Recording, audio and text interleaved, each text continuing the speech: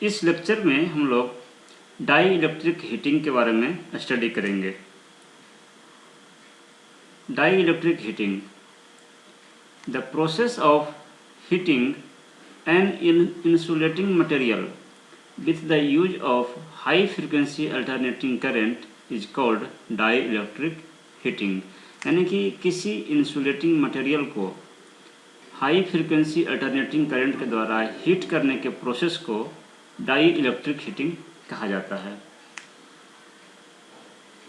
Principal of dielectric heating, यानी dielectric heating का principle क्या है। When an insulating material is subjected to an alternating electric field, the atoms get stressed and because of interatomic friction heat is produced।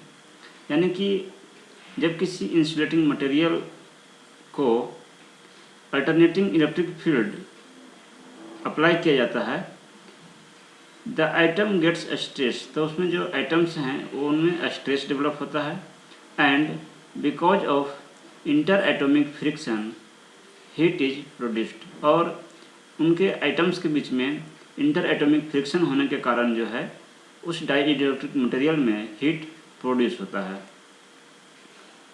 In other words, dielectric loss take place because of the interatomic friction caused by repeated deformation and rotation of the atomic structure constituting the dielectric।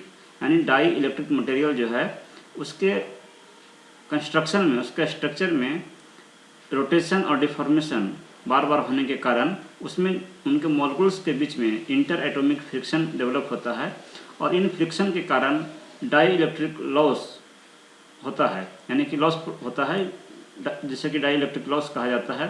और इस die electric loss का ही उपयोग उस insulating material को heat करने के लिए किया जाता है।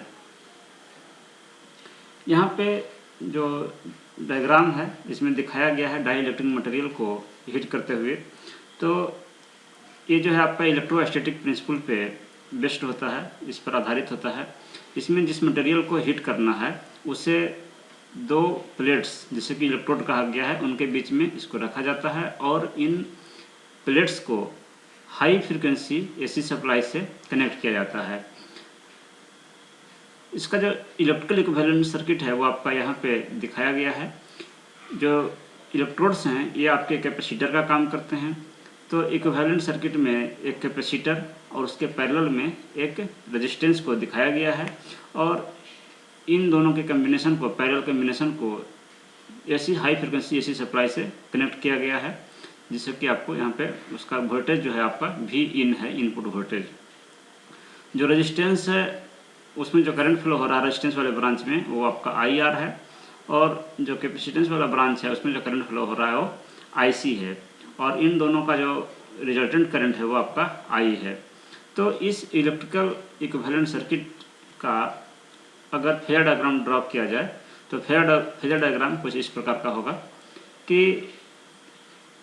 अगर इनपुट वोल्टेज को रेफरेंस लिया जाए तो जो आई आर है यानी जो रेजिस्टेंस में जो करंट फ्लो हो रहा है वो इस इनपुट वोल्टेज के फेज में होंगे और जो ये कैपेसिटिव करंट है वो आपका इनपुट वोल्टेज से 90 डिग्री लीड करेगा। तो ये 90 डिग्री लीड करता हुआ दिखाया गया है और आई सी यानी कैपेसिटिव करंट जो है और ये रेजिस्टिव करंट जो है इन दोनों का जो फेजर सम है वो है आपका आई। तो वो आई जो है आपका इन दोनों का आई सी और आई आर का ये फेजर सम है, यानी कि ये रिजल्टेंट करंट है। तो जो रिजल्टेंट करंट है वो आपका जो इनपुट वोल्टेज है उससे फाई एंगल पे है, यानी फेज एंगल इन दोनों के बीच में फाई है, जबकि कैपेसिटिव करंट और ये रिजल्टेंट करंट के बीच में जो फेज एंगल है उसको डेल्टा कहा गया है। For obtaining adequate heating effect, high voltage at about 20 kilovolt and frequency in the range of 150 megahertz are usually employed. यानी कि डाई इलेक्ट्रिक मटेरियल को हीट करने के लिए या उसमें जो हीटिंग होगी उसको एडिक्वेट हीटिंग डेवलप करने के लिए जो वोल्टेज है वो लगभग 20 किलो वोल्ट के रेंज में होता है और जो फ्रिक्वेंसी है वो 1 मेगाहर्ट्ज से लेके 50 मेगाहर्ट्ज के रेंज में होती है। तो अब हम लोग देखेंगे कि डाई इलेक्ट्रिक लॉस जो मटेरियल के अंदर होता है उसका क्या एक्सप्रेशन है, वो क्या चीज़ पे डिपेंड करता है। तो जो डाई इलेक्ट्रिक लॉस है वो आपका पावर है, यानी कि पावर लॉस है। तो पावर लॉस को लिखा जा सकता है input voltage into current into cos phi, यानी कि वोल्टेज और करंट के बीच का phase angle.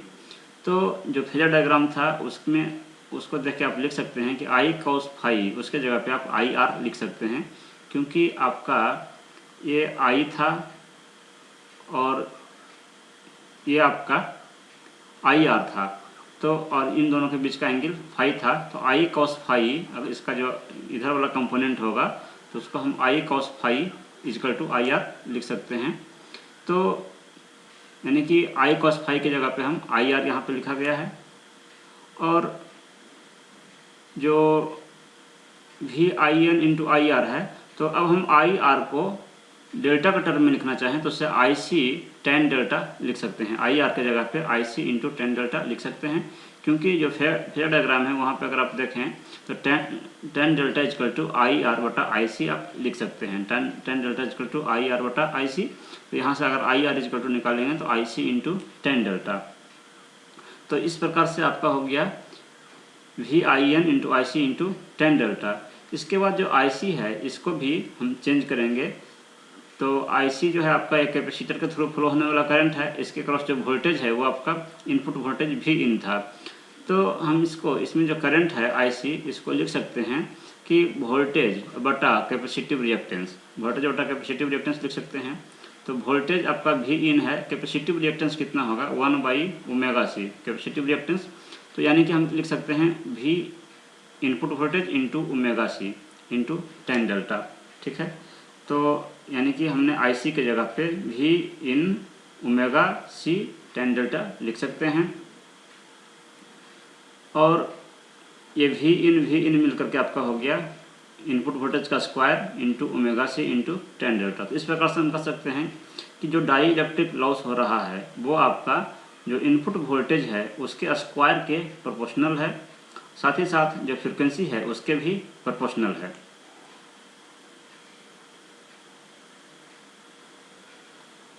The angle delta is called loss angle of the dielectric। Delta angle को उस डाइलेक्ट्रिक का लॉस एंगल कहा जाता है।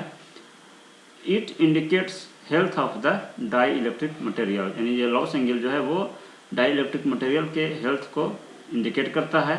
Higher the value of delta the less healthy is the dielectric material. तो यानी डेल्टा का वैल्यू जितना ज़्यादा होगा वो मटेरियल, वह डाइलेक्ट्रिक मटेरियल उतना ही लेस हेल्दी होगा, कम हेल्दी होगा।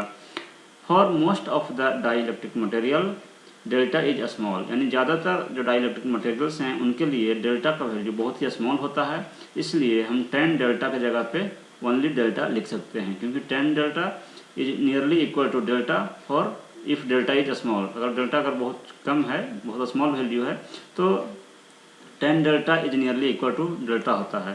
तो हम इस प्रकार से कह सकते हैं कि डाई इलेक्ट्रिक लॉस जो हो रहा है उसका एक्सप्रेशन हो गया भी इन, यानी इनपुट वोल्टेज का स्क्वायर इंटू ओमेगा इंटू सी इंटू डेल्टा, यानी कि जो डाई इलेक्ट्रिक लॉस है वो लॉस एंगल के भी डायरेक्टली प्रोपोर्शनल है, कैपेसिटेंस के भी प्रोपोर्शनल है और फ्रिक्वेंसी के भी प्रोपोर्शनल है, लेकिन जो इनपुट वोल्टेज है उसके स्क्वायर के प्रोपोर्शनल है। तो अब हम लोग डिस्कस करेंगे डाई इलेक्ट्रिक हीटिंग कंट्रोल, यानी कि हीटिंग को, डाई इलेक्ट्रिक हीटिंग को कंट्रोल कैसे किया जाता है।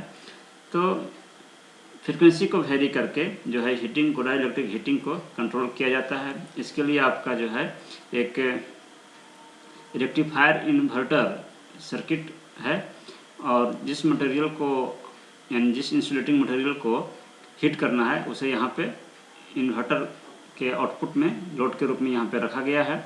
और जो इनपुट है वो आपका AC होता है। तो AC इनपुट को ये जो डायोड रेक्टिफायर है वो आपको DC में कन्वर्ट करता है, और इस DC में जो आपके, अगर ये पल्सेटिंग DC है तो इंडक्टर जो है इसको स्मूथ करने का काम करता है, करंट को स्मूथ करता है। साथ ही साथ ये कैपेसिटर जो है वो आपको डीसी वोल्टेज को कांस्टेंट मेंटेन रखता है, जो कि इन्वर्टर के अक्रॉस अप्लाई होता है। इन्वर्टर के इनपुट का काम करता है। ये आपका जो रेक्टिफायर का आउटपुट है वो उस इन्वर्टर के लिए इनपुट का काम करता है। और इस इन्वर्टर की फ्रिक्वेंसी को चेंज करके जो है आपका इसमें डाइलेक्ट्रिक मटेरियल में जो डाइलेक्ट्रिक लॉस है उसको वेरी किया जाता है और इस प्रकार से हीटिंग को इसको कंट्रोल किया जाता है। Figure shows voltage source series resonant inverter circuit for dielectric heating control. Dielectric heating control के लिए जो है आपका जो सर्किट दिखाया गया वो voltage source series resonant inverter circuit है। Diode rectifier converts input voltage to direct voltage, यानी जो डायोड रेक्टिफायर जो है वो आपको इनपुट वोल्टेज को डीसी वोल्टेज में कन्वर्ट करता है। The DC link voltage is kept constant by the use of capacitor C1। जो कैपेसिटर C1 पैरेलल में कनेक्टेड था वो जो है आपका इस डीसी वोल्टेज को कांस्टेंट रखता है, कांस्टेंट मेंटेन रखता है। Inductor L1 limits the current pulsation, यानी करंट में जो पल्सेशन है उसको ये इंडक्टर जो है आपका लिमिट करता है। Operating frequency and amplitude of the inverter is varied for control of the heat in the dielectric, यानी डाइलेक्ट्रिक मटेरियल में हीट को कंट्रोल करने के लिए जो इन्वर्टर का जो फ्रीक्वेंसी है उसको वेरी किया जाता है, ऑपरेटिंग फ्रीक्वेंसी को वेरी किया जाता है। तो अब हम लोग डिस्कस करेंगे कि जो डाइलेक्ट्रिक हीटिंग है इसका एप्लीकेशंस क्या क्या है। पहला एप्लीकेशन है इसमें का free heating of plastic performs. जो प्लास्टिक परफॉर्म्स होते हैं उनकी प्री हीटिंग के लिए यूज किया जाता है। प्लास्टिक परफॉर्म्स आपके जो हैं ये आपके रॉ मटेरियल होते हैं, यानी कच्चे मटेरियल्स होते हैं। तो इनको जो है पहले पूरे मटेरियल्स को पहले हीट किया जाता है, तो उसी को प्री हीटिंग कहा गया है। और ये जो आपके प्लास्टिक परफॉर्म्स हैं ये आपके बिस्किट्स के फॉर्म में ये होते हैं या बहुत ही स्मॉल छोटे छोटे फॉर्म्स में होते हैं। तो उनको हीट करने के लिए पहले हीट करना होता है, तो इसलिए उसको प्री हीटिंग के लिए डाइलेक्ट्रिक हीटिंग का प्रयोग किया जाता है। दूसरा है ग्लोइंग ऑफ वुड। जो लकड़ी के जो फर्नीचर्स बनते हैं तो उनमें उनके उसको ग्लू करने के लिए, उसको साटने के लिए जो है वो आपके डाइलेक्ट्रिक हीटिंग का प्रयोग किया जाता है। जो मटेरियल यूज होता है तो डाइलेक्ट्रिक हीटिंग की मदद से उन जो ग्लू है उसको बहुत इजीली और बहुत कम समय में उसको ड्राई किया जा सकता है। बहुत जल्दी वो ड्राई होते हैं डाइलेक्ट्रिक हीटिंग के द्वारा। तीसरा है आपका सीविंग ऑफ प्लास्टिक फिल्म्स, यानी कि प्लास्टिक फिल्म्स को की सिलाई करने में, जैसे कि आपके जो प्लास्टिक के फिल्म्स है, जैसे कि आपके रेनकोट हो गए, रेनकोट या अम्ब्रेला है, तो इनकी सिलाई के लिए जो है आपके डाइलेक्ट्रिक हीटिंग का प्रयोग किया जाता है। तो ये जो है आपके डाइलेक्ट्रिक हीटिंग से सिलाई होने से ये जो है आपके वाटर प्रूफ हो जाते हैं। नॉर्मल सिलाई जो है आपके उतने इफेक्टिव नहीं होते हैं, तो इसलिए डाइलेक्ट्रिक हीटिंग का प्रयोग किया जाता है प्लास्टिक फिल्म्स की सिलाई के लिए। चौथा है आपका फूड प्रोसेसिंग। फूड प्रोसेसिंग के लिए इसका यूज किया जाता है, जैसे कि आपका जो वेजिटेबल्स है, फ्रूट्स है, इनको डिहाइड्रेशन के लिए डाइलेक्ट्रिक हीटिंग का प्रयोग किया जाता है। या जो मिल्क है उसके पास्चुराइजेशन के लिए डाइलेक्ट्रिक हीटिंग का प्रयोग किया जाता है। और इसमें जो आपके कार्टून्स हैं या जो पैकेट्स हैं उनको डायरेक्टली डाइलेक्ट्रिक के द्वारा हीट किया जाता है पूरे पैकेट को। नेक्स्ट है आपका डायाथर्मी। डायाथर्मी में भी इसका उपयोग किया जाता है, यानी कि कुछ डिजीज हैं, कुछ डिजीज को मैंने उसको ठीक करने के लिए या पेन को ठीक करने के लिए डाइलेक्ट्रिक हीटिंग का उपयोग किया जाता है, जिसे कि डाइथर्मी कहा जाता है। टेक्सटाइल इंडस्ट्री में डाइलेक्ट्रिक हीटिंग का प्रयोग किया जाता है, कपड़ा उद्योग में, रबर इंडस्ट्री में, और हीट ट्रीटमेंट ऑफ रबर के हीट ट्रीटमेंट के लिए जो है आपका रबर इंडस्ट्री में भी डाइलेक्ट्रिक हीटिंग का प्रयोग किया जाता है। केमिकल इंडस्ट्री में किया जाता है और फाउंड्रीज में किया जाता है, बात भट्टी में, जहाँ की मेटल को हीट किया जाता है या मेल्ट किया जाता है, तो उसमें भी डाइलेक्ट्रिक हीटिंग का प्रयोग किया जाता है। तो इस लेक्चर में हमने डाई इलेक्ट्रिक हीटिंग के बारे में डिस्कस किया। Thank you.